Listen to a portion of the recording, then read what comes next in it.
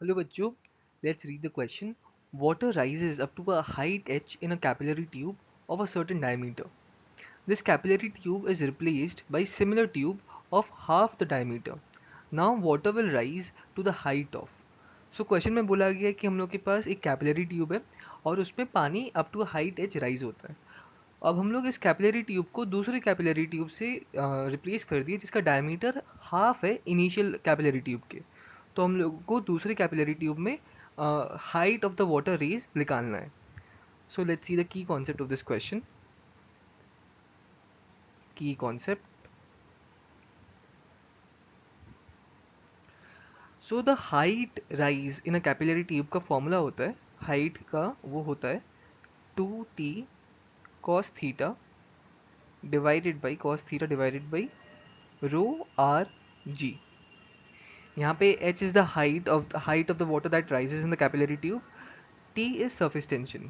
T is surface tension. T surface tension होता है, tension. यहाँ पे R is radius of capillary tube, radius of tube. G is acceleration due to gravity and rho is density. यहाँ पे rho तो density होता है। तो हम लोग इसी फॉर्मूले का यूज़ करके ये सॉल्व करेंगे इस क्वेश्चन को। तो यहाँ पे केस वन में बोला गया है कि हम लोग की कैपिलरी ट्यूब का कोई डायमीटर दिया हुआ है, तो हम लोग डायमीटर को डी एज्यूम करते हैं। Diameter be D one and height be H one first case में। ओके, तो यहाँ पे H one is equal to 2t cos theta divided by rho G D one by two. हम लोग radius बोलते तो डी वन बाई टू आ जाएगा। यहाँ पे केस टू में बोला गया है कि डायमीटर जो डी टू होएगा वो डी वन का भी आधा होएगा, डी वन बाई टू हो जाएगा वो।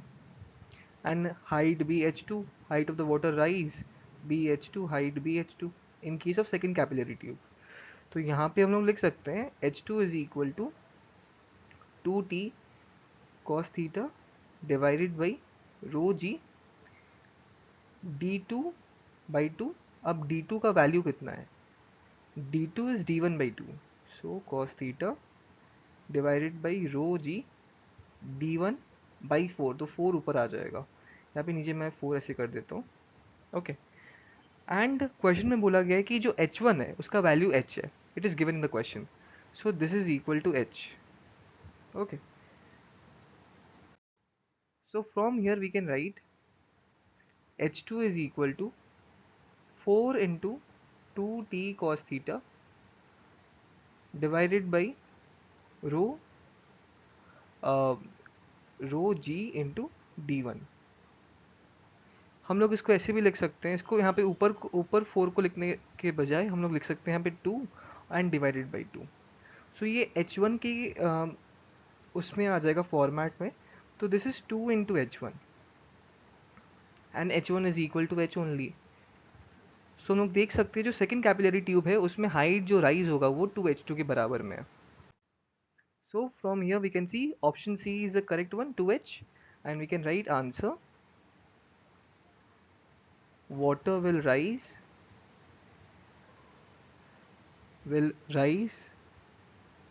to height 2h।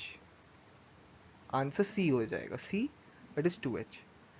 So I hope आप लोगों को सोल्यूशन समझ आया होगा। Thank you.